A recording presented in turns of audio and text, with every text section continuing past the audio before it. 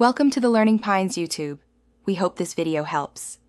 In this video, I will explain how to cook rotisserie chicken in an air fryer.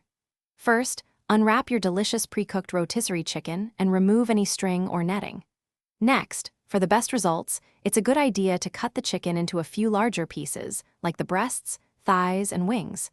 This helps ensure everything cooks evenly and gets wonderfully crispy. Finally, gently pat the skin dry with a paper towel. This is a crucial step for achieving that perfect crunch. Now, let's get cooking. Begin by preheating your air fryer to 375 degrees Fahrenheit for about 5 minutes. Arrange your chicken pieces in a single layer within the air fryer basket, making sure not to overcrowd it. This allows the hot air to circulate properly. Cook the chicken for approximately 8 to 10 minutes, remembering to flip the pieces halfway through to ensure even browning and crispiness on all sides. You're well on your way to a fantastic meal.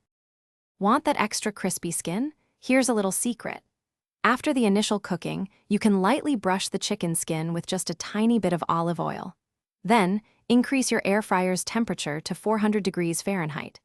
Cook the chicken for an additional 2 to 3 minutes, keeping a close eye on it.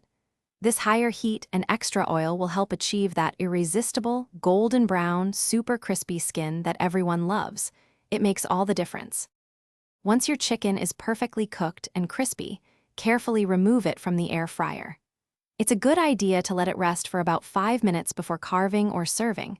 This helps the juices redistribute, keeping the chicken moist and flavorful. Now, it's time to enjoy your delicious, perfectly air-fried rotisserie chicken with your favorite sides, perhaps some roasted vegetables or a fresh salad. Any leftovers can be stored in an airtight container in the refrigerator for up to 3 days. Thanks for watching. Consider subscribing if we helped you.